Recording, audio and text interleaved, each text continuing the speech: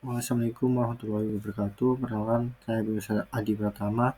Kali ini saya akan membuat video presentasi tentang algoritma DDA atau Digital Differential Analyzer. Nah, tugas video ini untuk tugas atau video UTS mata kuliah grafika komputer. Nah, yang pertama, apa itu algoritma DDA?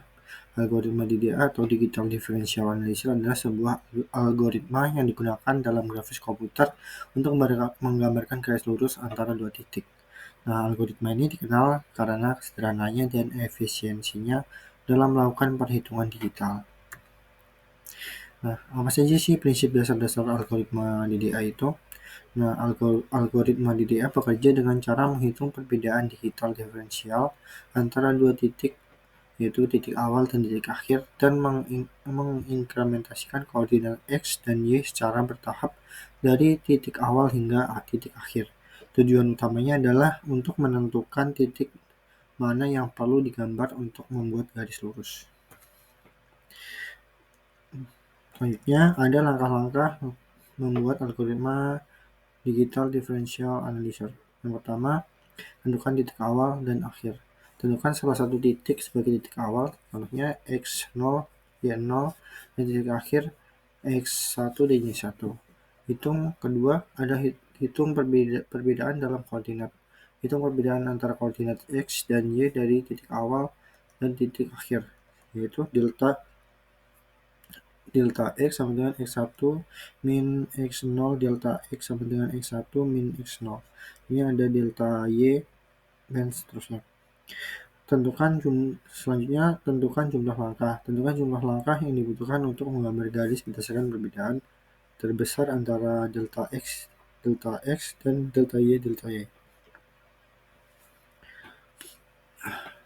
Kemudian, hitung inkrementasi. Hitung nilai inkrementasi untuk setiap langkah dalam sumbu x dan y.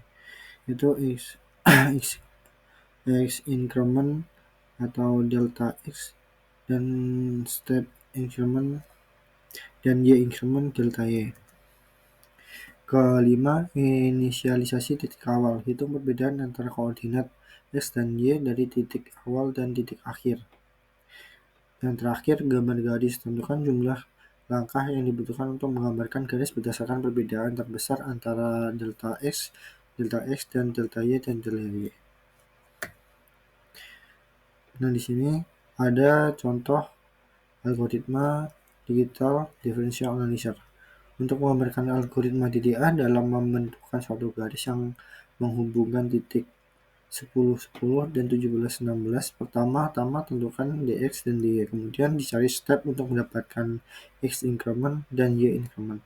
Delta x sama dengan x1 min x0 sama dengan 17 dikurangi 10 sama dengan 7, dan delta y sama dengan y1 kurangi y0 sama dengan 16 min 10 sama dengan 6. Selanjutnya, hitung dan bandingkan nilai absolutnya.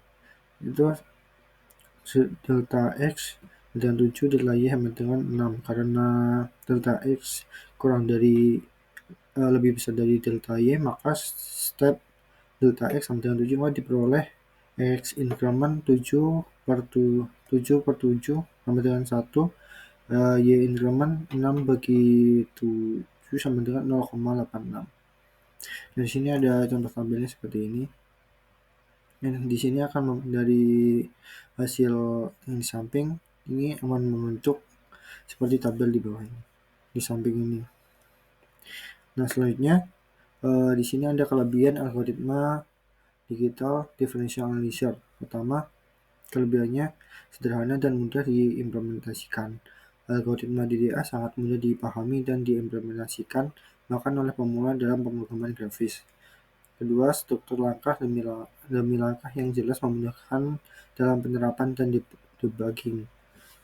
Kemudian yang kedua, efisiensi dalam perhitungan. Algoritma ini memerlukan operasi aritmatika dasar seperti penambahan dan pembagian yang membuat relatif cepat dan efisien untuk perhitungan garis lurus.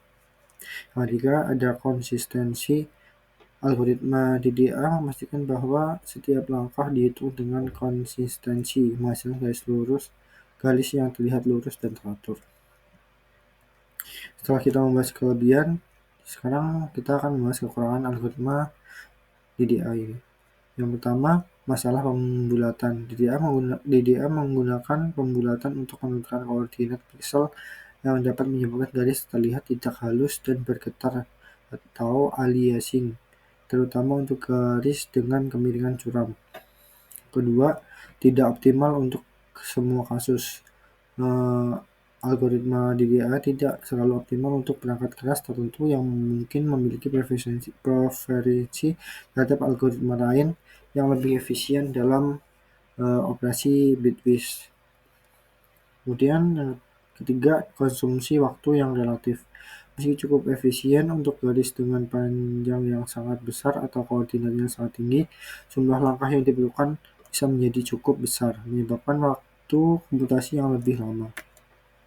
Kesimpulan, algoritma DDA adalah metode yang paling efektif dan mudah diimplementasikan untuk menggambarkan garis lurus dalam grafis komputer, terutama dalam aplikasi yang tidak memerlukan presisi tinggi dan optimalisasi performa.